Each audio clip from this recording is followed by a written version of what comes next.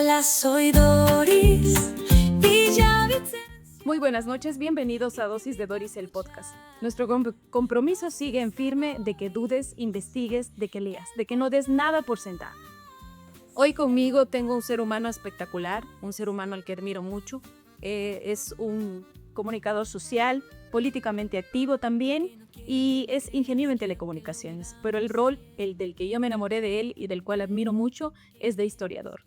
Historiador y un buen conversador. Conmigo tengo el gusto esta noche de compartir este espacio con mi querido Carlos Alberto Chalaco Arvijos. Muchísimas gracias, Doris. Bueno, en primer lugar, felicitarte por este bonito programa que has abierto, ese bonito espacio para conversar. Creo que siempre será interesante que nos vayamos metiendo en las nuevas dinámicas. Muchos jóvenes están ahora en podcast. Es más, yo escucho también podcast. Hay podcasts muy interesantes. Y creo que eso también va a llevar un pedacito de ojo a mucha gente que quiere escuchar conversaciones, ¿no? Ya sabes. Ay, también me encanta. Y de verdad que lindo, Carlitos, tenerlo en este espacio, porque lo admiro mucho como historiador y como le digo, un buen conversador. Usted es una biblioteca parlante hablante. Definitivamente cada vez que he necesitado su ayuda en cualquier situación, usted está presto siempre a dármela y estoy segura que no solo a mí, sino que a muchísima gente que necesite de su ayuda.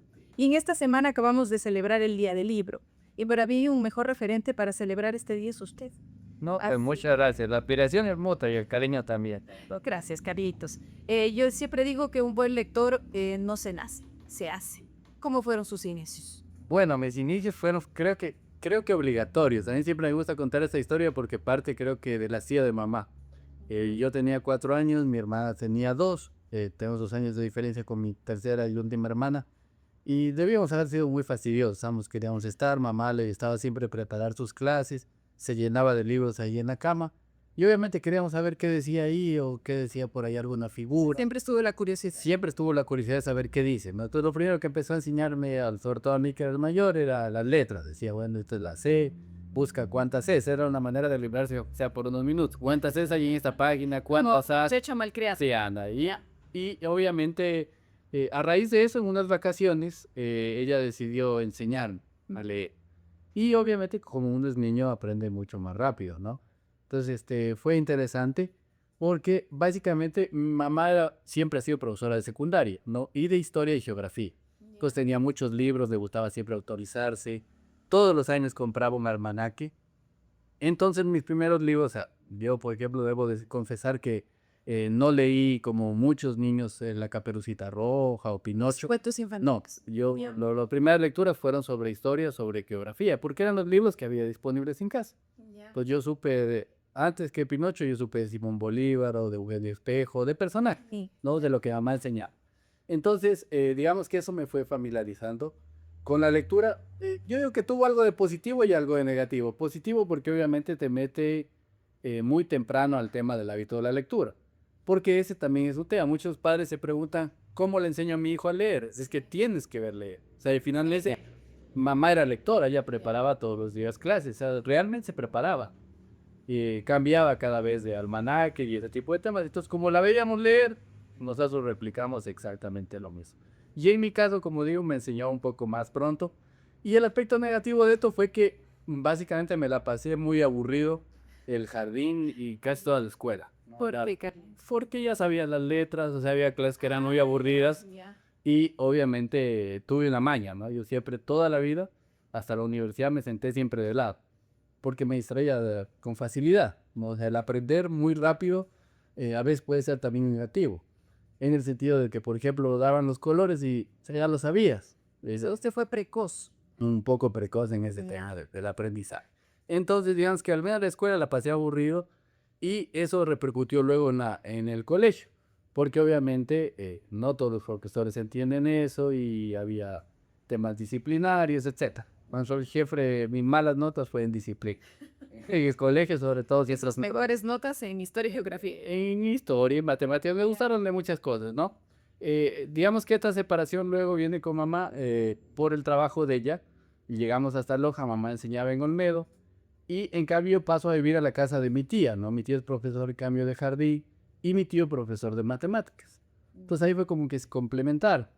Y en esa casa de mi tía éramos bastantes, ¿no? Entre niños, primos, vecinos, como 7, 8 niños, Qué lindo. ¿no? Entonces, pues, Niñez es hermoso. sí, sí, fue bonito porque intercambiábamos lecturas también con ellos, con mis primos. Hubo una época que había el círculo de lectores. Claro. Entonces, casi siempre la biblioteca Ariel sacaba estas series de completar lecturas, de lecturas policíacas, ¿no? Nunca faltaron los libros. Obviamente eran muy caros en aquella época, ¿no? Y como en mi familia, tanto mis tíos como mamá eran maestros, no es que se podían permitir tampoco todos los libros del mundo.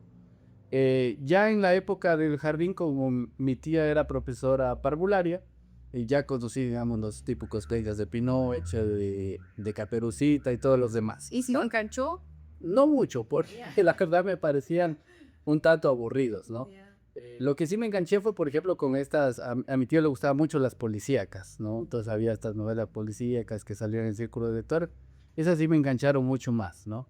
Y estas de aventuras, ¿no? Que compartíamos con primos un poco más grandes, siempre los finales o interpretaciones. Nos poníamos a conversar sobre eso, porque antes había un poco más de tiempo para conversar sobre, La oralidad. ¿no? Y digamos que me enganché mucho de las policíacas y también de las temas de aventuras, ¿no? También mi tío había comprado toda la colección de Julio Verne. Entonces, por ejemplo, para mí eso fue un despertar maravilloso. O sea, fue hermoso, espectacular. Él tenía dos colecciones que a mí me gustaban. La de Julio Verne y otra que en cambio decía una explicación sobre las cosas, ¿no? Qué significa el arcoíris, qué significan algunos fenómenos físicos. Entonces fue como que nos fuimos metiendo a la par entre el mundo de la fantasía y el mundo de la realidad. Qué bonito sabía siempre, digamos, de esta cuestión. Y a la par que mamá era una mujer que le gustaba mucho la oralidad, ¿no? Mamá tuvo eso de bueno. Ella nos explicaba siempre cosas con poesías, siempre con coplas, con historias, ¿no? Es más fácil aprender de esa Y manera. más fácil, sí, sí. Mamá, pues, o sea, más allá de que ella no le gustaba pues, de enseñar mucho, pues, Ella estaba cansada de enseñar en la escuela para venir a enseñarse a ustedes. sí, sí, pero por ejemplo, a mí me parece que esas cosas de enseñarnos poesías, de enseñarnos oratorias inclusive, ¿no? Porque mamá era, o sea, como era profesora de secundaria, a veces desafiaba a sus alumnos, ¿no? Entonces nos hacía memorizar, por poner casos, discursos completos de Jaime Roldós. ¿Va? Y obviamente a los alumnos decía, pero si mi hijo de 7 años ya se sabe, ¿cómo no te vas a aprender tú? ¿No? Obviamente, O sea, fue el súper querido de los alumnos. no, siempre era el súper querido. No, o sea, porque lo comparaban, entonces, ay, No, había cosas interesantes. La otra cuestión que yo creo que influyó fue el hecho de que papá también traía todos los fines de semana el tema de periódicos. Él tenía la suscripción a periódicos y obviamente él no pasaba mucho acá, él pasaba más en Quito por su trabajo en el Ministerio de Defensa. Y a mí me gustaban mucho estos suplementos que salían los fines de semana de los diversos. eran lindos. ¿No? Era una cosa fantástica, bonita, entonces ahí van saliendo muchas recomendaciones de libros y de cosas que uno quisiera tener, ¿no? Pero digamos que hasta por lo menos los 8 o 9 años fui como un lector normal, no diría que más allá de que fui precoz, fui un lector normal. Lo que sí cambió para siempre y quizás aperturó para mí muchísimo la mente fue un diccionario, ¿no? Que hoy se lo traje para mostrar. Ay, qué lindo. Porque mire qué bonito, esto es chévere para que nuestra audiencia también vea, wow. Todo esto de acá. No, y está así todo dañado, se lo cuento porque ha pasado por varias generaciones. Es que eso es lo que me gusta. Yo particularmente, Carlitos, mis libros, yo los manipulo, Sí. los chequeo, los subrayo, les pongo de todo, porque a mí me gusta eso. O sea, definitivamente me gusta sentir lo mío, hacer lo mío. Yo no concibo el libro perfectamente guardado en la No, de ninguna manera. para decoración. No, para mí es la manipulación. Por eso es que quizás cuando me dicen qué escoges entre físicos y ahora pues los portátiles, los dispositivos, no, yo me quedo con el físico, pero largo. No, ese diccionario Norma Castel fue una belleza y le cuento la historia rapidísimo de este libro. En realidad mi mamá no me lo había regalado, dice que pasó de manera indirecta a mí. Mamá se lo había obsequiado a su primer nieto, ¿no? Favorito, obviamente, por ser el primero. Entonces lo había regalado. Dicen que no. No, que ellos sí, que no, sí tienen sus favoritos. Entonces, básicamente le había regalado a él, a Danielito, y como les quedaba poco espacio ya en Machala, hace unos años, hace un par de años, él me dijo, te lo quiero regalar, hay unos MIRFs que tengo y que ya me estorban, que no los uso. Entonces me lo terminó regalando él de manera indirecta, ¿no?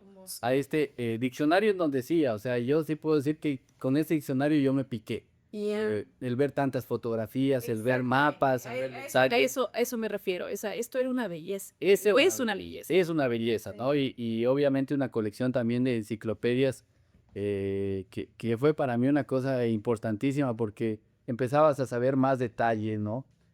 Sobre los santos, sobre otras cuestiones, Y la calidad. ¿no? Y la O calidad. sea, la calidad de la hoja Sí, es increíble. Lindo, fue para mí. Y obviamente yo me puse el reto de ir aprendiendo nuevas palabras, de siempre ir conociendo más. Entonces, esto casi todos los días llegaba a ver este diccionario, a ver nuevas cosas, a ¿De qué explorar. año datara? No sabría decirle, pero le guardo mucho cariño por algo. Porque en aquel entonces usted recordará que a los maestros no les pagaban pues muy puntual que ya, ¿no? Entonces a mamá le costó mucho esfuerzo pagar este diccionario, ¿no? Mucho esfuerzo, o sea, fueron muchas cuotas y mucho esfuerzo, entonces yo le guardo mucho cariño, primero por el esfuerzo que representó y segundo por el cambio, ¿no? Por el cambio que puede, o sea, en la mente, en ver otras cosas supremamente interesantes. Ella se endeudó en esto y en una colección de enciclopedias, ¿no? Sí. Entonces fue un esfuerzo enorme, Qué lindo. pero a nosotros nos abrió, y vivo en todos en general, a todos los hermanos que somos, nos abrió la mente, ¿no? Y obviamente a ver otras cosas, a tratar de ver con mayor curiosidad, a enterarse de otras cosas que quizás nos parecían increíbles, a desatar un poco de nudos, de mitos, porque la otra cuestión es que uno convivía entre eso, ¿no? Entre lo que iba leyendo o aprendiendo y los mitos que en cambio aprendí en casa. Ya. Porque mamá es una mujer de mitos. O sea, mamá De historias. de historias, de leyendas, de casas embrujadas, ¿no? Lindo. Entonces, siempre hemos tenido eso, ¿no? Y en la familia de mi tía, que es la familia política, no es familia mía, sino de mi tía, también había un hombre que es de San Lucas, al cual yo lo recuerdo con mucho cariño, le dicen el Tata, ¿no? El Tata le dicen en el mundo zaraguro a la gente que cuenta historias, ¿no? Y ese era un gran narrador de cuentos. Entonces a mí me encantaba esas cosas, o sea, más que leerlos, escucharle a él. Y obviamente se va mezclando ese tipo de cosas en la mente de uno, algunas lecturas. Y otra cuestión que me enganchó y que sí debo mencionarla porque quizás fue la lectura más grande que yo me autoimpuse leer, es la Biblia. A mí me gustó mucho Lucas. Nos daban antes, creo que eran hasta ahora esta hojita de La luz del domingo. La luz del domingo. La La luz luz del del domingo sigue hasta el momento. Sí, y había algunas lecturas lindas de Lucas. Y no, hasta que le dice, voy a leer todo Lucas. Wow, Carlitos, eso se me sorprende. No había sabido Y entonces fue una cosa supremamente interesante y fue como que la primera lectura larga a la que me enganché. Leer la Biblia es súper complicado. ¿Cómo El lograr? Nuevo Testamento, porque el Antiguo es mucho más complejo. No, lo he leído también, pero ya mucho después. Pero estoy hablando todavía de las lecturas de niño, ¿no? Wow. Por O sea, ejemplo, de niño se pegó la Biblia. Lucas. Lucas y Juan. Ya. Pero Lucas primero. Y Lucas me gusta más, te olvidas. Pero qué bonito, me encantó el hecho de que haya traído este detalle para el programa. Definitivamente coincido con usted y qué lindo. Aprovecho también qué lindo esta conexión que tenemos con las mamás. Mi mamá también era de la que compraba enciclopedias y como usted dice, no eran accesibles, o sea, eran costosos. Y eso forjó a que los tres también tengamos el hábito de la lectura. Esas cosas hay que contarlas, esas cosas hay que decirles. Gracias a nuestras madres que hicieron y propiciaron estos hábitos de lectura. Y ahora que está tan de menos los clubes de lectura, yo creo que son un acto de resistencia. ¿Cómo lograr tener un club de lectura si ahora todo es lo que implique ganancia económica? Entonces realmente es un acto de rebeldía decir, formemos un club de lectura. Sí, es que se puede ir formando, ¿no? Se puede ir formando porque hay inquietudes similares, ¿no? Y, por ejemplo, a mí me pasó eso en el colegio, ¿no? Yo había sido formado básicamente por las orientaciones de la casa, de un hogar muy católico, y de pronto llego al Bernardo Valdivieso, que fue una elección mía, por cierto, ¿no? O sea, mis papás me querían meter al técnico, pero mi elección fue ir al Bernardo Valdivieso por un amigo en realidad que te decía ahí, que era Carlitos Carrión, que tuve compañero en la Miguel Río Frío y luego hacia acá. Me dijo, me voy con el Sí, me voy allá. Y obviamente en el Bernardo Valdivieso conozco cosas que eran, digamos, para mi familia al menos como tabúes, ¿no? Entonces mamá, por ejemplo, nunca le ha gustado la política y en cambio acá yo empiezo a conocer libros mucho más profundos, filosofía, porque el Bernardo enseñaba mucha filosofía, Profesores, creí. cosas supremamente interesantes de otros personajes. Eh, Nosotros vivíamos, por ejemplo, acá en la Sucre, ¿no? Toda la vida hemos vivido en la Sucre. Y alguna vez que vimos un cuadro, por ejemplo, de Che Guevara, mi mamá me decía que era el diablo, ¿no? O sea, su nombre el demonio. Entonces empiezas a leer de esas cosas. Fausto Aguirre para mí también fue vital. No fue mi profesor, debo aclararlo, nunca fue mi profesor. Pero en cambio fue alguien que absorbió muchas de mis inquietudes. Él era un profesor de otros cursos Ya. y algún día me encontró leyendo, ¿no? Porque me había adquirido medianamente todavía el hábito de la lectura. Y me encontró leyendo gracias a otro maestro que sí influyó mucho, que es Mauro Ruiz Sánchez, ¿no? Él decía que había estudiado, nos contaba que estudió en Francia. Y él alguna vez nos habló de que los franceses tienen una especie de mandamiento desde la época de Napoleón, ¿no? No sé si será correcta mi pronunciación, pero él nos lo decía casi todos los días. Ya. Pas un jour sans une ligne, ¿no? Que significa que no pase un día sin una línea, ¿no? Entonces él nos hizo prometer y dijo, bueno, ustedes son ahora mis estudiantes de gramática y desde hoy me van a prometer que no va a pasar un día sin que ustedes o escriban algo o lean algo, que no pase un día sin una línea. Y ¿Verdad que parece? se nos fue quedando esa costumbre, ¿no es cierto? Algunos a los que han interesado y empezábamos a leer en los pasillos y todo. Entonces lo conozco a Fausto Aguirre de manera indirecta, ¿no? Y él me dice, ¿por dónde vivo? Y le digo, en Sucre y Juan Salinas. Me dice, yo vivo 2 cuadras más arriba. Dice, visítame en la tarde. Y efectivamente lo visité en la tarde. Desde ahí no pasó un día sin que lo vaya a visitar porque él era, digamos, la persona que había adquirido muchos libros, que tenía los libros que no teníamos en casa. Usted tuvo acceso a bibliotecas particulares realmente envidiables. Sí, una de ellas. Una de ellas la de Fausto Aguirre. La otra, gracias a mi compañero Angelito Espinosa, Ya. él era, o es, ¿no? Porque no se ha muerto Angelito Espinosa, es nieto de Emiliano Ortega Espinosa.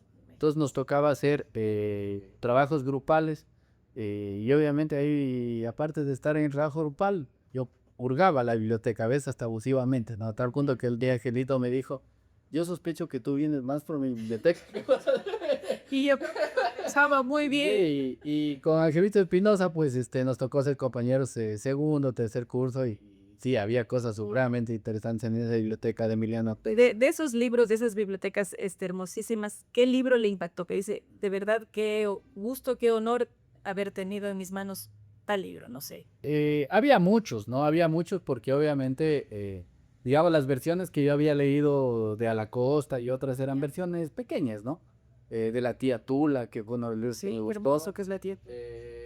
Pero obviamente acá había versiones mucho de pasta dura, cierto, mucho más interesantes. Pero por ejemplo a mí me gustó una en particular que era Las aventuras de Gulliver, ¿no? Yo la había leído en cuestión resumida y la pude leer allí. Y desde aquel entonces, gracias a Mauro Ruiz Sánchez y digamos también al apoyo de Fausto Aguirre, me empezaron a gustar los franceses, ¿no? Ingresé hacia otro lado de la literatura que para mí es espectacular. Los franceses para mí son mis favoritos, ¿no? Entonces Flaubert, y ahí empezaron, o sea, a través de Flaubert fui descubriendo otros autores y otros mundos.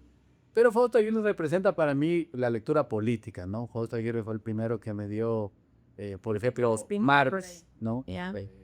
Que es una lectura muy densa y que realmente fue de mucho compromiso porque te invitaba, ¿no? Y obviamente decía, no vas a entender este tema, llévate esta espunda. Me prestaba revistas también de aquel de la época soviética y bueno, fue un intercambio supremamente interesante, ¿no? Obviamente era un hombre que tampoco es que le prestaba muchos días, ¿no? Entonces usted tenía que devorarse una revista máximo en 2 días. O sea, con Fausto Aguirre era así, 2 días, porque si no ya le estaba llamando a la casa, que vaya una revista. Sí. Sí, y qué bueno, porque de verdad que los libros así se pierden. Hay que ser sincero. El libro que presta, dígale adiós, dice. Por esa época, como también vino una época medio complicada en el país, bueno, pues tuvimos que quedarnos obligados a trabajar en lo que haya, en vender en las calles, en vender en los mercados, etcétera. Y obviamente adquirí una cuestión que por aquel entonces era buena, no era buena en aquel entonces ser reciclador, por ejemplo, de estas latas NAN y de cartón. Pagaba muy bien, no sé si ahora qué tal el negocio sea, pero en mi tiempo era... Usted debe Yo fui reciclador Ya. a los 13, 14 años. Ah, caramba, Carlitos, eso no me la sabía. No, yo le he hecho todo. Entonces, bueno, fue bueno ¿por qué? Porque siempre tú tienes como que esos libros que son de mamá o de papá, pero hasta allí, son de ellos, ¿no? Y en cambio, ahí adquirí mis primeros libros a través de ser reciclador, porque había muchas familias. Mi ruta era desde la Juan de Salinas, toda la 18 de noviembre hasta la Mercadillo y bajaba. Por la misma Sucre, esa era mi ruta todos los días. No había dónde perderse. No había dónde perderse. Entonces, alguna vez creo que había un local que se llamaba Novimueble o Sí, claro algo que así, sí, ¿no? claro que sí. Entonces, en ese local de Novimueble hallé mis dos primeros libros. ¿Qué fueron? Uno que era una versión así resumida de la vida de Eloy Alfaro, Ya. ¿no? Era una versión chiquita, de verdad, en un cuaderno bien pequeñito. Y el segundo, en cambio, era por quién doblan las campanas. Pues ahí está su lado liberal, y voy entendiendo por dónde va y por dónde empezó. Sí, sí.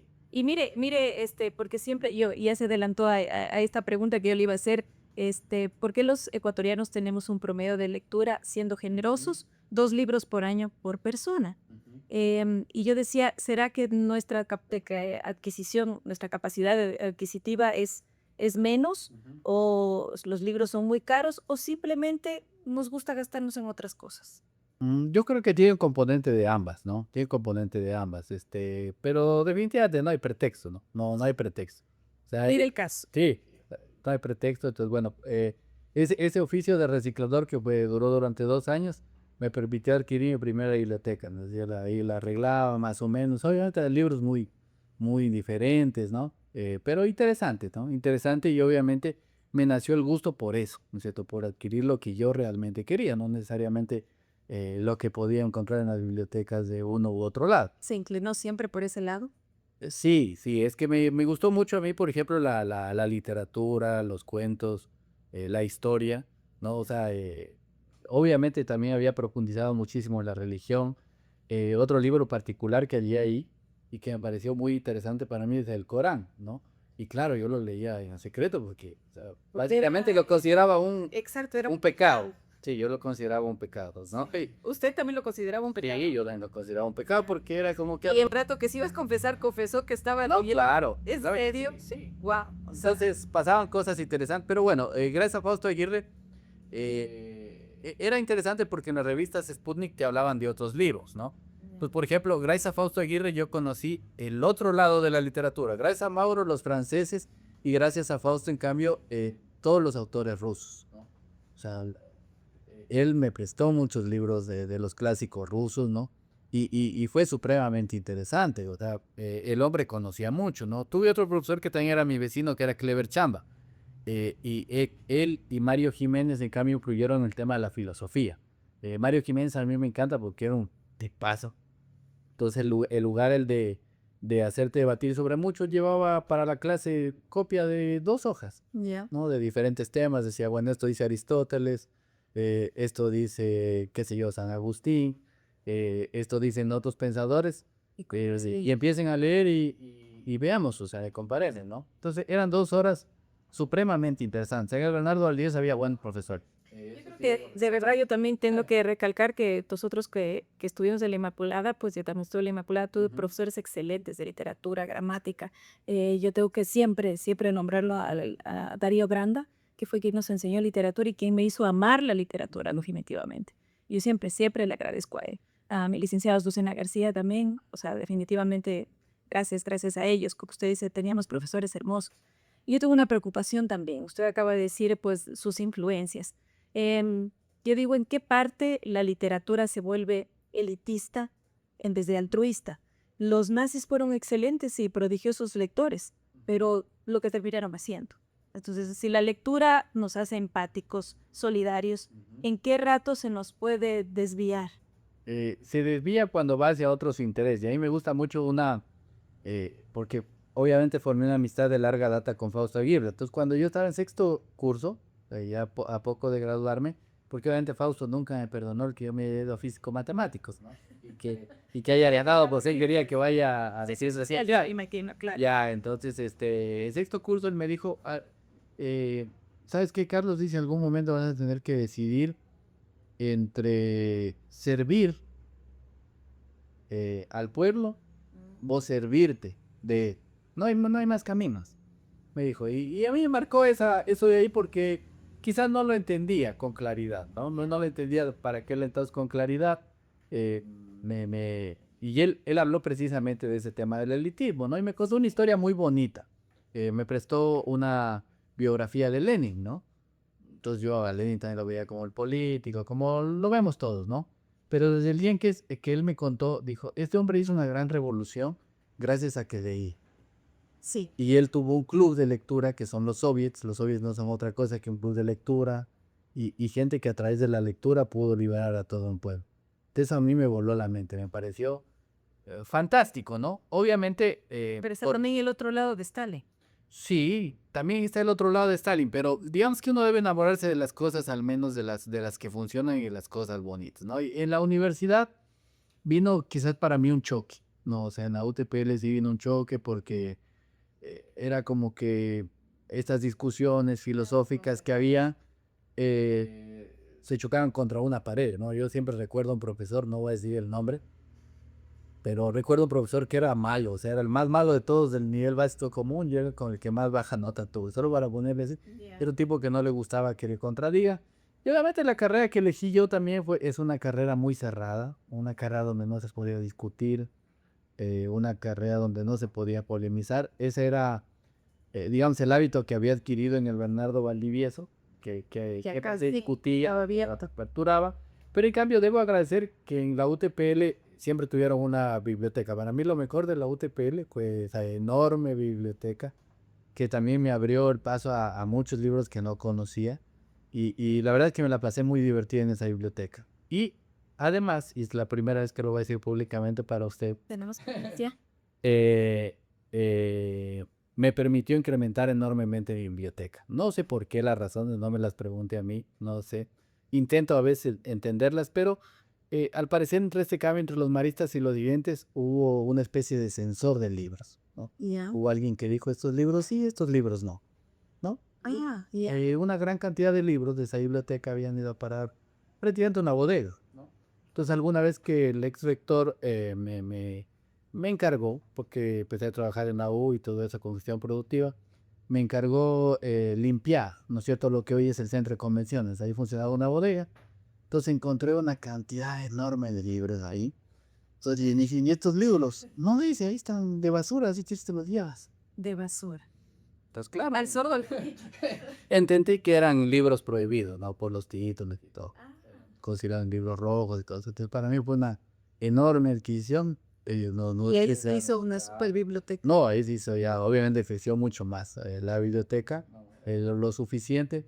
Y obviamente, digamos que en la universidad lo que disfruté fue eso, o sea, aperturarte la mente a muchas otras lecturas mucho más amplias de otros temas.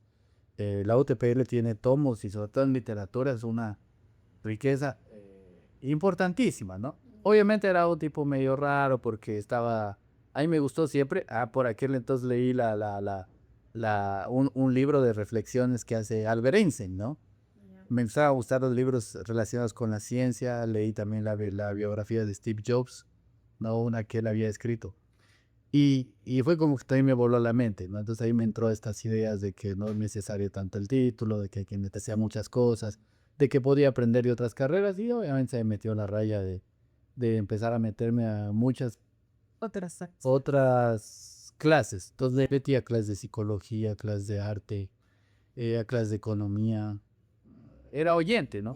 Pedía a los profesores y era oyente de algunas clases que me interesaban. Caramba. Entonces me parecía medio interesante. Cuando les digo que Caretos es una biblioteca parlante, es realmente parlante y ambulante. No, Pero sí. y me empezó a gustar así un poco de todo, ¿no? Digamos que ahí con el desamor me llegué a la psicología, ¿no? Porque quería Nadie. entender algo más de lo que me pasaba muy fuerte. Entonces un buen amigo me dijo, con eso vas a entender. Y me botó un libro ahí de Freud, ¿no? Entonces me gustó muchísimo ese tipo de lecturas y creo que uno tiene así como etapas, ¿no? Etapas. Sí, es Entonces, verdad. Sí. por ahí también, digamos que en esa época, entre el desamor, me llegó la época de que me guste la poesía. No es algo así que me agrade tanto como a usted, A mí me encanta. pero Sí. a mí me llegó en esa época, ¿no? Entonces me gustó, empecé a escribir poemas, pero fue como una época mía. Justo quiero preguntar, Carlitos, usted tiene folletos, libros escritos ¿Se va a animar a publicar? Sí, sí, o sea, pienso algún día escribir porque he escrito mucho, o sea, como reflexiones, ese tipo de temas. Para Para mí, en UTPL por ahí estoy en algunos poemas, en el Bien. libro que se publicó, o gané por ahí algún concurso de poesía. Y no soy bonito, sí tengo ese tipo de cosas, pero no me he animado a publicar, entre otras cosas, porque quizás uno se va desarrollando y es lo mal, no que tampoco es, en el extremo perfeccionismo, Sí, ¿no? pasa. Entonces, en el extremo perfeccionismo de Creo que todos hemos pecado de eso en cualquiera de estas acciones, que como usted dice, escribir o desarrollar proyectos nuevos, es como que hasta que no esté perfecto, y es verdad, Claro, y es o que sea, mientras más vas leyendo, vas viendo cosas supremamente interesantes, ¿no? Por ejemplo, a mí me gusta mucho Guy de Maupassant, ¿no? Que es un gran escritor francés que escribe cuentos cortos, que ha escrito novela, bueno, de todo, pero para mí es uno de mis escritores favoritos por la sencillez con la que escribe, ¿no? La universidad me permitió prácticamente leer todo lo que estaba pendiente de clásicos, de muchos libros que yo quería hacerlo. Había vacaciones enteras que les dedicaba prácticamente solo a leer, la pasaba solamente en la biblioteca, o pidiendo libros. Y esa edad para mí fue interesante, ¿no? Fue interesante porque quizás fue la más prolífica, donde más avancé a leer de todo, pero absolutamente de todo, de todo, de todo. yo le invito, digo, de verdad, anímese a escribir, porque usted sí, oralmente, y me encanta su parte oral, su parte de conversar. Queda, por supuesto que queda, pero para lo que quede realmente generaciones futuras son sus historias. Sí, Eso es no que puede perderse. ahí Que pues, sus investigaciones son súper profundas. no, le cuento algo que me ha pasado, y eso es algo que he ido quizás ahora aceptándolo un poquito más, ¿no? Eh, Entendí por qué obviamente uno va llegando a los autores de Loja y a los autores de Ecuador y todas estas cuestiones. Eh, y claro, o sea, para mí hay muchos autores, incluso actuales, que se enredan mucho en las palabras complicadas. O sea, Ya. a mí me parece, y por eso me gusta, para mí el mejor escritor que ha tenido Loja es Alejandro Carrión, ¿no? Porque usa un lenguaje sencillo, entendible. mm, Nuestra jerga. no es tan complicado. eh, Obviamente hay etapas en donde te gustan más unos, hubo una época donde me gustaban más los rusos, hubo otra época donde me gustaban más los españoles, otra época donde me gustaban más los latinoamericanos, y te llega esta moda del boom latinoamericano, y bueno, ahora puedo decir que de los que más me gustan por su sencillez está Horacio Quiroga, me gusta mucho Benedetti, me gusta mucho Guy de Maupassant, ¿no? Entonces entre ellos es como que fui volviendo en cambio hacia acá, ¿no? Hacia América. Hubo una página lindísima que a mí influyó mucho porque permitió tener libros que en cambio no habían en la UTPR, ¿no? Que es patriagrande.net, era una página de autoría de Eduardo Galeano. Entonces Eduardo Galeano para mí también me abrió un mundo brutal porque ese tipo se había dado al trabajo de escanear mucha de su biblioteca. Lamentablemente la página ahora ya no está al aire, pero cuando estuvo Usted de mí eso tenía unos libros increíbles, o sea, sumamente bien trabajados, bien escaneados, y para mí fue increíble descubrir que se podía escribir en otro tipo de idioma. Entonces, bueno, a través de Galeano me volví a enamorar de algo que tenía ya como guardado de niño, ¿no? Yo siempre dije, porque veía el mapa ahí de un montón de cosas, yo algún día voy a conocer este Quetzal, algún día voy a irme acá. Entonces, esa fue una época de viajero, ¿no? De viajero, de irme por todos lados, de viajar. También debo agradecer a la UTPL porque gracias a ellos pude viajar muchas veces casi de manera gratuita por todo el continente que a mí me gusta, que es Sudamérica, ¿no? Algo también de Mesoamérica, pero más Sudamérica, y un montón de veces. Entonces, gracias a ellos pude viajar y obviamente conocer otras realidades, ¿no? Conocer, por ejemplo, el gran pulguero de libros de Lima, el gran pulguero de libros de Buenos Aires, la belleza de pulgueros que hay en muchas calles de Bogotá, ¿no es cierto? A irte hablando, porque obviamente cuando vas conociendo gente, te habla de otras cosas, ¿no? Tú, por ejemplo, gracias solo por poner un ejemplo, ¿no? Algún día nos fuimos a un mirador con un amigo bogotano y él me dijo, ¿has leído alguna vez Germán Gess? Y que no, nunca. Dijo, pero es un clásico, ¿no? Luego y Gloria. y fue eso. Es todo un logo Sí, sí, entonces fui llegando a otros autores gracias a esas recomendaciones, Doris, y para mí ha sido bonito eso, viajar. Y luego de viajar, obviamente vas enamorando cada vez de tu tierra, pero lo que yo creo es de que en Loja, como hemos tenido una especie de estancamiento, yo se lo contaba hace poco a una amiga en común, y yo creo que hay que ir formando a los lectores. Entonces, yo espero que la vida me alcance, pero yo creo que debemos empezar desde cosas sencillitas, ¿Como cuáles? como cuáles, como por ejemplo, tengo un proyecto ya mismo, ya está acabado, y yo tengo un libro, yo quiero escribir un libro de lugar natal, porque algún día quiero escribir un gran libro de Loja. Primero debo empezar desde lo sencillo, entonces yo quiero formar a la generación que me va a leer a los 30, pero básicamente empezando desde eso, desde un libro de lugar natal, desde... Desde Sí, ya te lo sembrar. agradezco. Sí, Desde ya te lo sembrar. agradezco, porque esto de que siempre hablamos está de hacer, está de hacer. Entonces, no, Ah. ya se hace y llegamos a la acción. Y yo siempre repito lo mismo porque creo que eso es lo que más me hace falta. Entonces, soy reiterativa con la acción porque siempre digo, sí, hazlo, hazlo. Qué lindo tener esa noticia, tener esa primicia. Para mí es un gusto realmente. Mi querido Carlitos, yo a usted no creo que le pueda preguntar cuál es el libro que más le gusta, porque, o sea, usted me acaba de decir 20 en 40 minutos. No, no hay muchos, o sea, yo también no podría decirle porque si le digo un libro favorito, podría decirle cuál fue mi libro favorito a los 15, porque uno va a cambiar. El libro que esté leyendo ahorita, por ejemplo.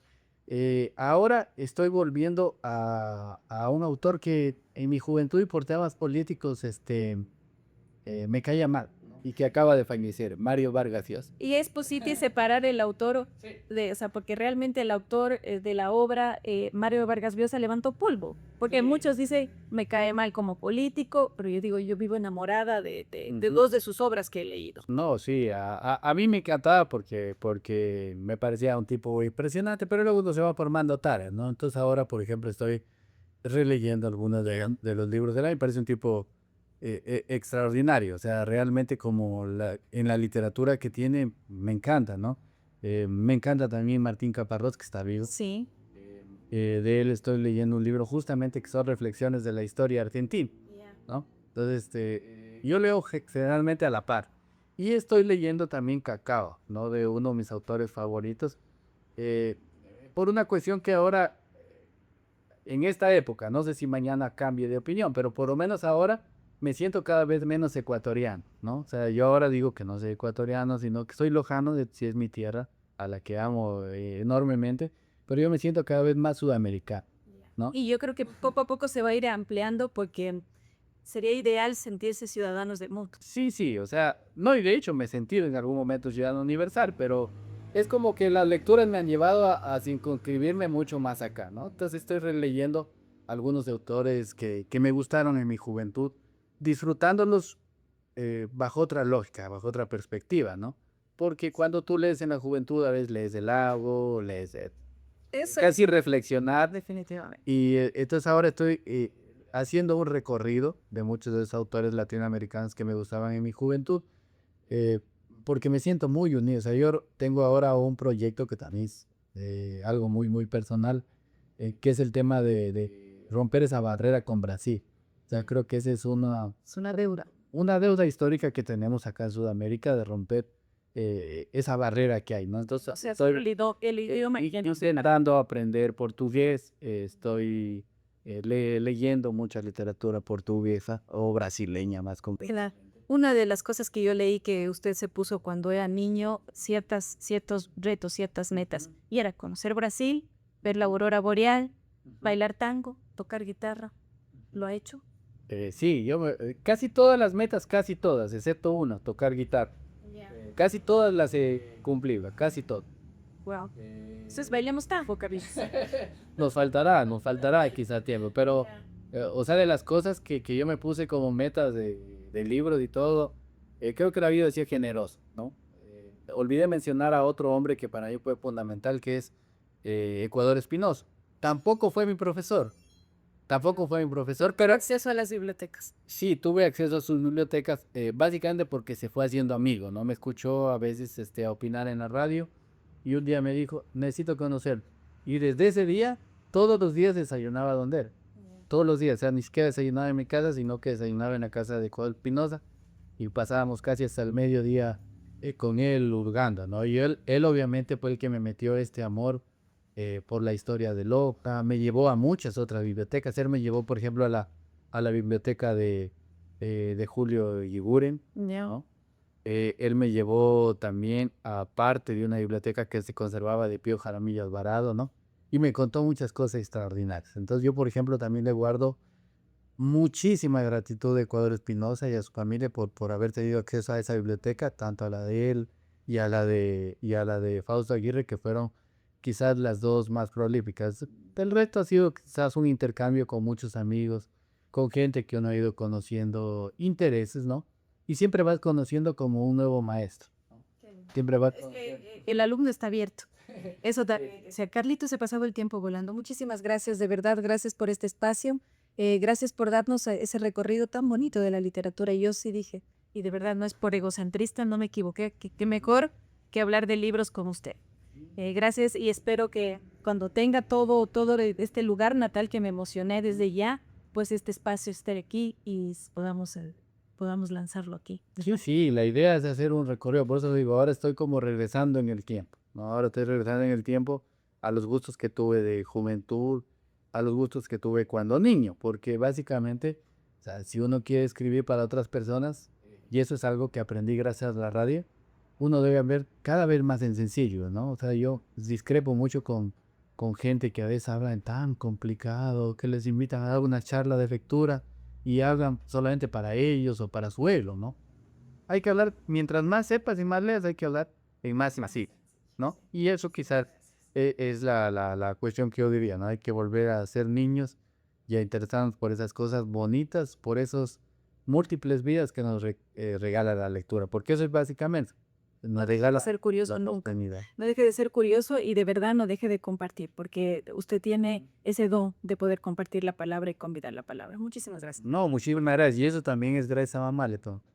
Porque fue gracias a que mamá era una educadora y ella fue educadora popular de la misión esta que creó Rodrigo Borja, de Monseñor Leonidas Proaño. Eso. Entonces, gracias, por ahí le aprendí. Muchísimas gracias, Carlitos. Muchísimas gracias, querida audiencia. Gracias por sintonizarnos un domingo más en Dosis de Doris. Gracias a Radio Loja 97.7 por ser mi hogar seguro. No se olviden seguirme en redes sociales. Estamos como Dosis de Doris en Spotify, en YouTube, en TikTok, Facebook e Instagram. Conmigo será hasta el próximo domingo. O que podemos llegar a ser viejos, siendo jóvenes me creerías. Hola, soy Doris Villavicencio y te invito a escuchar Dosis de Doris, el podcast, el podcast.